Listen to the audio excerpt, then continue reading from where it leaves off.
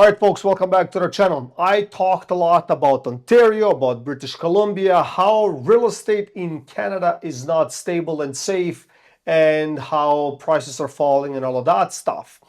However, some of the viewers and subscribers, they did comment, hold on a second, why you keep mentioning Canadian real estate? Because some of the provinces are not seeing these numbers. They're not seeing these falls. They're not seeing problems like Ontario and British Columbia. So I will get into all the provinces. We'll kind of talk about it. I did visit some of these provinces myself. I can talk about it. I can talk about that.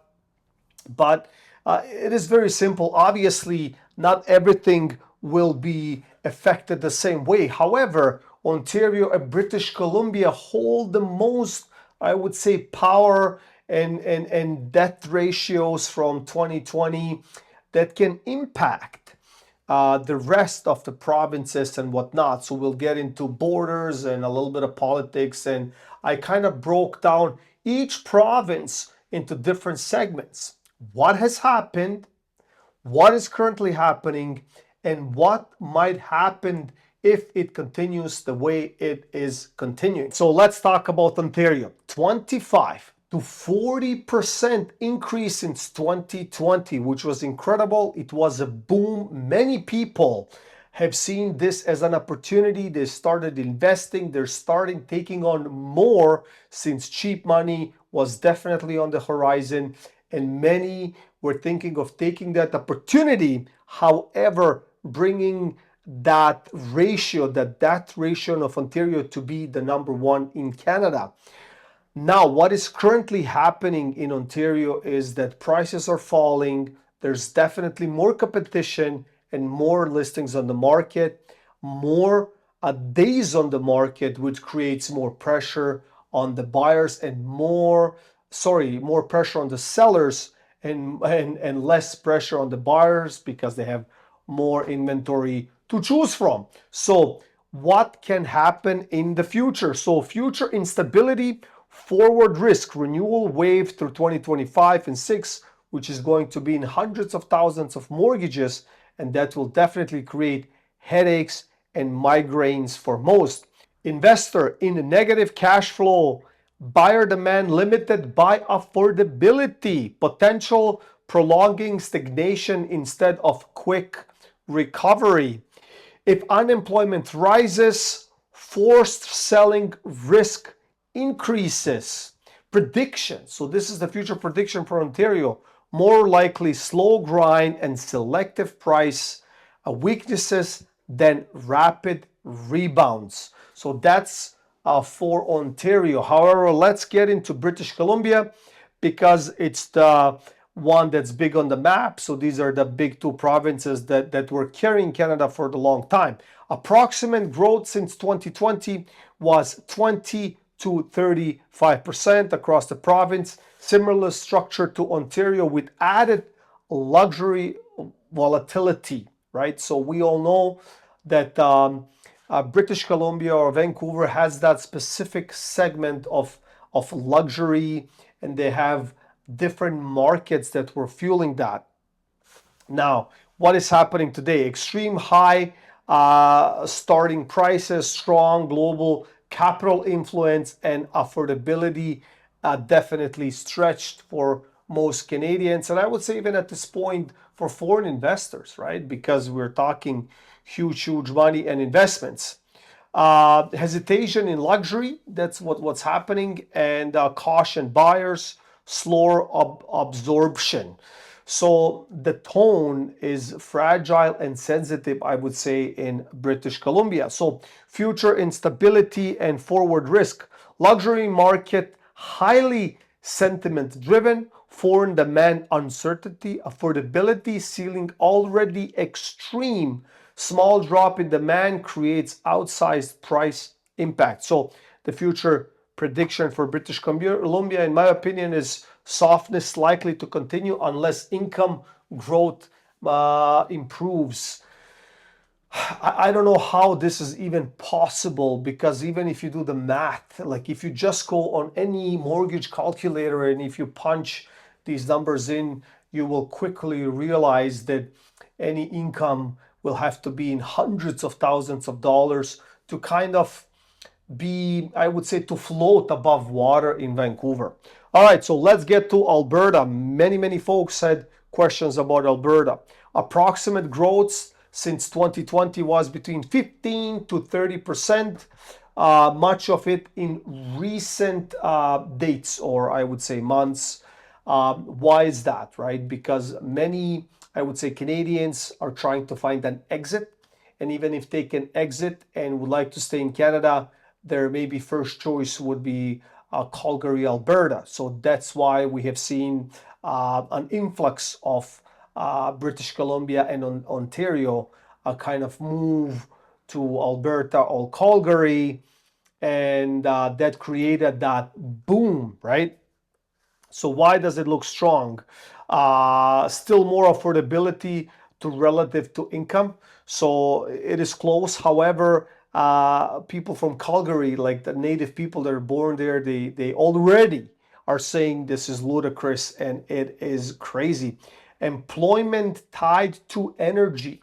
Most people don't understand that this is true, and many people from the region in Calgary as a city has seen that bust and boom, right? And I'm sure they're tired and sick of it, and they try implementing other streams of stability and economy in order to kind of stabilize the city of Calgary specifically. Catch up phase after years of underperformance. So, what happens if migration slows down? That's definitely a question. What happens if job momentum weakens? What happens if affordability tightens very quickly? Uh, so like everything is kind of tied. I believe that Calgary phase is not over, but it's definitely slowing down, or it slowed already down because many Ontarios, from what I heard and saw, said, look, it's not even worth it. Like they have to find another province, and we'll get into that, right? So future instability, forward risk, heavily reliance on interprovincial migration, energy sector volatility, rapid recent price growth, tightening affordability. If demand cools, momentum could stall very quickly. So, prediction for the future, short term strength possible, but sustainability depends on job and migration. So yes, I mean, like the entire country of Canada depends of migration, definitely quality migration.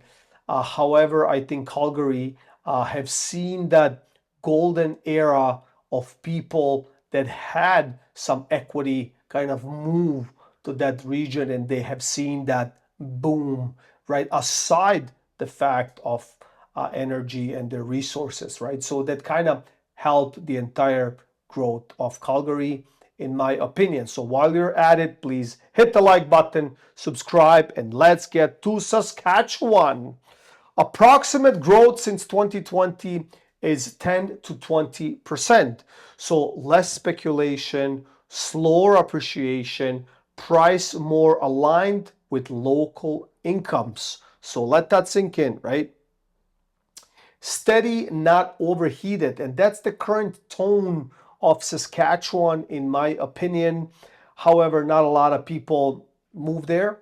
They have their own reasons. It's slower, it's different. Some people are used to all the chaos. Some people don't like to gain 3 to 5%. They're, I would say, accustomed, or they want that 20 to 30 to 50% of gains annually. So they're used to that kind of team. So therefore they don't move to Saskatchewan. So future instability and forward risk would be a smaller population base, means demand shift matter more, job market concentration risk, limited diversification. And that is very true. Not many people move to Saskatchewan because of employment. I'm sure there is, but more people that have more stable incomes, maybe some online incomes, and they can be separated from bigger cities or bigger economies, and they don't have to diversify, maybe they retire, then they pick Saskatchewan. All right, so what's the prediction? More likely moderate stability than dramatic boom and bust, and I can definitely see that. So let's fly to Manitoba. Approximate growth since 2020 is between 10 to 20%. Calmer price growth, fewer investor surges, more traditional end user demand. And at this point, it seems to be in kind of like a stable phase. Similar, right? Manitoba is, retirees, people that are used to the calm. They're not chasing those investments or high risk returns. It's more a chill province at Manitoba. So the future, slower wage growths, cap future upside, right? So we have seen that the less money in the market, the less growth, less potential for any type of booms, right? External economic slowdown would still impact demand. And this is exactly it. If people cannot kind of move to the province of Manitoba from Ontario and British Columbia, the biggest fires or the biggest fuels of Canada, then there's no point, like, or what, like, it's just like Manitoba is just gonna sit with the local economy, in it's gonna continue with the stable tone. So the prediction, stable trajectory unless border recession hits. And that's something I have heard from people that live in Manitoba, and that can hit depending what the United States does and the tariffs and all of that stuff. And that border crossing can definitely impact, because that's one of those streams that Manitoba definitely feeds off of. All right, so let's go to Quebec. So approximate growth since 2020 is between 25 and 35%. And we have seen, I would say, a more stable growth when it comes to Quebec City. However, Montreal has experienced a strong run lately. So now the momentum is definitely cooling down, and the affordability is tightening for people in Montreal and across the province of Quebec. I have some friends in Quebec City. I have some friends in Montreal and stuff like that, and they kind of are starting to breathe heavy, right? And it seems like that people from Montreal, I want to say hi to everybody in Quebec and Montreal, they kind of behave more like a European way of a lifestyle and stuff like that, and they don't care. They will say it. They will not buy. That's what it is, and I kind of feel that the momentum is definitely cooling down.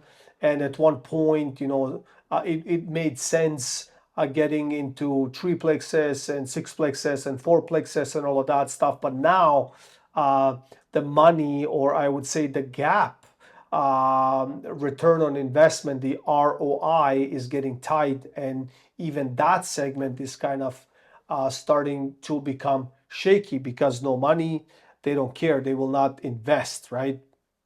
So the tone currently in Quebec is a transition phase. So future instability and forward risk is higher borrowing costs, limiting upside, investor caution returning, affordability compression, reducing entry level demand. So as mentioned before, now everybody is being kind of they're fidgeting, and they don't know what to do, and the red light is on, I believe, in Quebec, and they're kind of on the chill side. They just want to see what will happen to the market. So prediction, in my opinion, likely plateau or mild correction in overheated segments. So I do think that some segments, and in Montreal specifically, will see definitely a slowdown, and even some price reductions. Not everywhere, because Quebec seems to have a different style when it comes to investments and living. And I spoke to many people, and they don't kind of I would say live on the edge when it comes to investments. They buy a house, they treat it like a home, they pay it off. They don't care, like whatever. Right? They just don't care. Like they don't see that, right? Like maybe in the recent months or years, some tried that segment, but otherwise they like to walk the parks, in Montreal. If you ever been, highly suggest. All right, so let's move. I kind of summarized Nova Scotia, New Brunswick, and Prince Edward Island into one segment. Approximate growth since 2020 was between 30 and 60%. Let's just sink that in. So approximate growth since 2020, 30 to 60%. So why do you think this is? Right? It is very simple. During that pandemic era, right? Most folks were trying to find a resolution, or they wanted to buy farmland. They wanted to go somewhere where they can afford maybe a house, or they wanted to kind of go into smaller cities and smaller towns, which definitely brings me to this a point of Ontario and British Columbia feeding other provinces within the Canadian borders. And that is shifting, right? Because I don't think people recently from Toronto GTA or Vancouver moved to Nova Scotia or Prince Edward Island just because, fear or different lifestyle or whatever. Like, no, it's not happening. So this growth of 30 to 60% can definitely impact and can definitely be hard on them. So let's get into it. So obviously pandemic relocation, beneficiaries. So remote work migration, cheaper relative to major cities, sudden demand shock. Just talked about that. Income did not rise proportionally in these provinces to continue the carry costs for only the locals, because the migration and the online work and all of that stuff made sense at that time, right? But now the tide has shifted. So I don't know, local buyers squeeze, definitely. Sustainability question emerged. So what's the tone? So it's definitely cooling down after a big surge, and whoever is kind of left there, it's left there. And even if they sell or move, in my opinion, they will definitely lose money. So future migration normalized, affordability stretched relative to wages, smaller buyer pools, investor resale pressure. So everybody seems to be kind of in the pressure. So the future prediction, higher volatility risk due to sharp run ups. And like people in these neck of the woods, they don't like it. They're used to a complete different lifestyle, and they're used to something different now. It seemed like all of this was shoved down their throat. And speaking to some, they didn't like it. They're like, oh my gosh, I don't like this, right? And I tried kind of, not tried, like I tried having a conversation. I'm like, well, there's definitely some benefits to expansions and roads and more of this and more of that. They said, we don't care, because we're still stuck with our wages, and we're still stuck where we are. And the expansion for us is not, well, they didn't say it's bad, but it's not good at this rate, right? So I can definitely agree with them, but it is what it is. So let's move to Newfoundland and Labrador. Approximate growth since 2020 was between 5 to 15%, depending on where. So less speculation, different economic structure, and the tone currently is an independent cycle. They have, I believe, their kind of own circle and own economy within the country. Future instability, economy sensitive to sector shifts, limited demand expansion, and the prediction for the future would be more stable but limited upside unless major economic shifts occur. So, I mean, like, are you guys noticing what is happening? I mean, we definitely keep touching on Ontario and British Columbia, the biggest driver of Canada with diversity. But now, like, we see that Ontario is kind of losing that diversity sector, and the recession is not only knocking on the door. I believe we have been in a recession for a long time, now being tied to United States and all these tariffs and uncertainty as a whole is definitely impacting the move around other provinces and money and shifts and risks and all of that stuff. British Columbia, same thing. Luxury sectors is being definitely impacted. Like, people are maybe choosing to sink their dollars and cents somewhere else. Maybe they found another um, chicken that lays golden eggs somewhere else. So, I mean, there's a lot of uncertainty, right? Like, let's not forget Alberta, Calgary. Definitely, the shifts are massive, like, massive historical shifts. And yes, they have seen, as mentioned before, they have seen that, influx, and they have no idea what is happening. And let me just go back to 2015, touching on some towns in Toronto GTA. And I remember clearly in 2015, uh, Calgary, Waterloo, Kitchener, right? We have seen that expansion, right? Like, expansion of subdivisions and all that stuff, and people of these tri cities or towns were miserable. They said, we don't want this. We don't want this chaos and all of that stuff. But what was interesting is that, people at that time in 2015 even were kind of in shock if, let's say, their property was valued at $300,000, and someone from Toronto would offer them, because at the time, multiple offers, 2015, 16, 17, would offer them, 310 just to close the deal, right? And they were like, oh my gosh, we have never seen that, right? Like, I have seen deals fall apart by $1,000,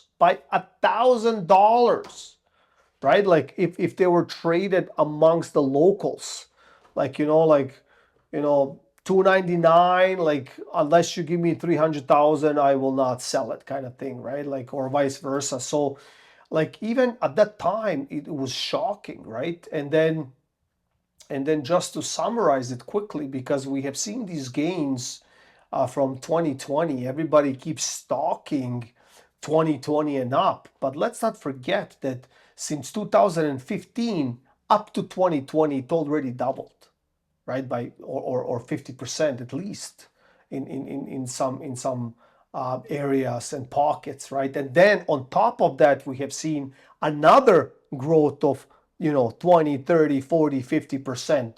So if you summarize it from 2015 to 2022, like, we've seen 100% growth. So it is insane, like I know, but eventually it has to not reset, like, it has to crash completely, and it's heading in that direction. And if you crash Ontario and British Columbia, everywhere else will have to follow, or it has to be impacted, whether by price, whether by employment, whether by this or that. But one way or another, I think it's going to be a hard few years ahead of us. So plan properly, try to kind of save, try to predict on your own. This is my personal kind of view. It doesn't have to be true. This is what I see. This is what I have kind of gone through data, me talking to other people. So please like this video, comment below what you think, and just comment below where you're watching me from, which province, city, or town, and I'll see you in the next one.